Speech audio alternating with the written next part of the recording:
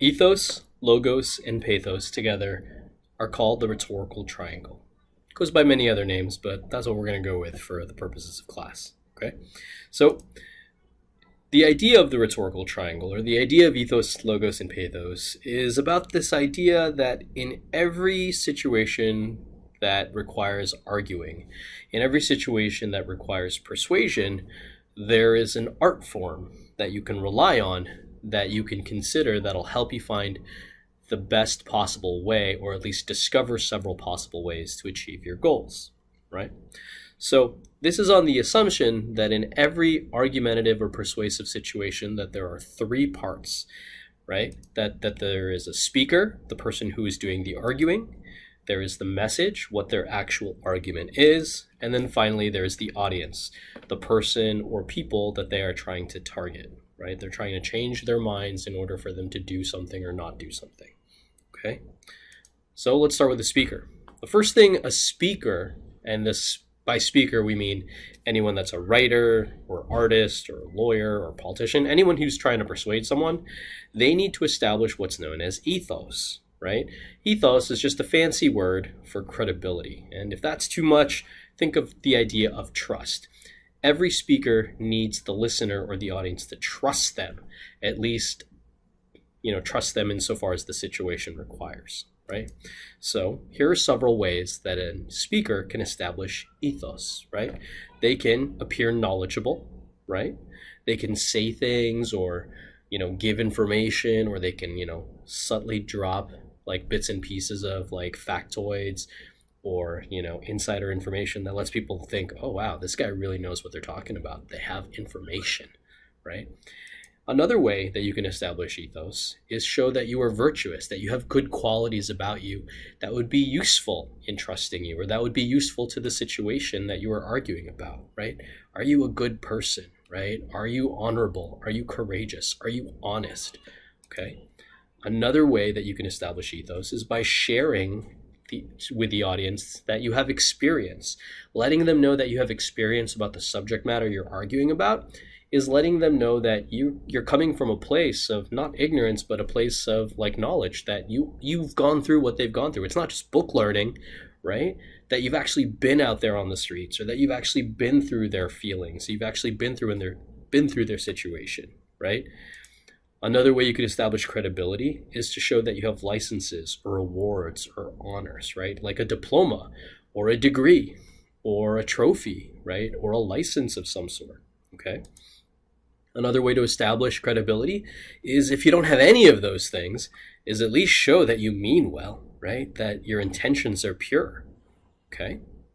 Now, think of ethos as being very specific to both the audience and the situation, right? Because there are ways that, there are things you can say that show knowledge, virtue, experience, or credentials or goodwill, but they only matter if they match what the audience is looking for and if they match what the issue demands, right? So imagine you're trying to convince a 5-year-old to eat their vegetables, right? Showing knowledge and giving information about statistics to try to persuade a 5-year-old probably isn't going to get them to trust you because they're 5, right? That's bad ethos in that situation. Now, you could be a doctor, but then if the issue is about how to bake something and the best way to bake something, being, a doctor isn't really going to buy you a lot of credibility in a room full of people that know how to bake, all right? So it has to match the issue, and it has to match the audience. All right, now that's for the speaker. Now let's get to the actual message, right? Every message, every argument should have a bit of logos about it. Logos is just a fancy word for logic, okay? Now there are other types of logical structures that we can go over, but we're just gonna start with the most basic one, and that's a 2-part logical structure. You're gonna have the conclusion, which is the thing you want the audience to believe or do, and the thing that backs it up. And in this example that I'm showing on screen, this is my exemplar proof. So Y so X, right? Think of it as like an equation. Mr. Abwell killed a student, therefore he should go to jail. Now, if you don't have proof, you can lean on a premise, right? Or a reason, things like legality or common sense, right? Killing is wrong, so Mr. Abwell should go to jail.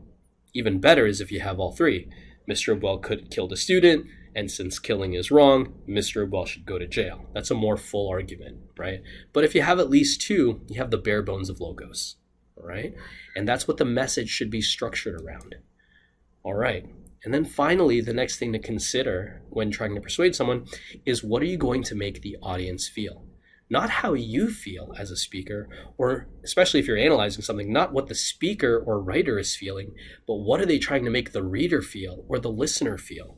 This is the one that gets everybody confused because they focus so much on what the tone of the speaker is. It's not about the tone.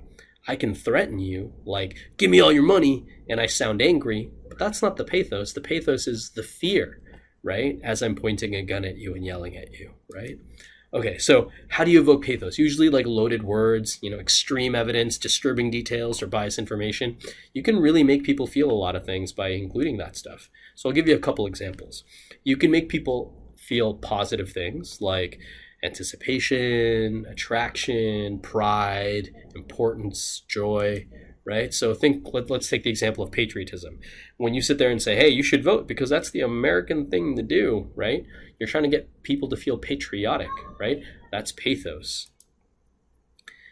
You're trying to make them feel desire. Think about it. Money, fame, love, power, all of this can be yours if you simply just, lend me $20, right? Like if you try to make people desire something, that's also pathos. It's not necessarily a good reason, but it's desire. It's not logical, right? It's not evidence. It's just dangling something in front of their eyes and saying, hey, this could be yours, okay?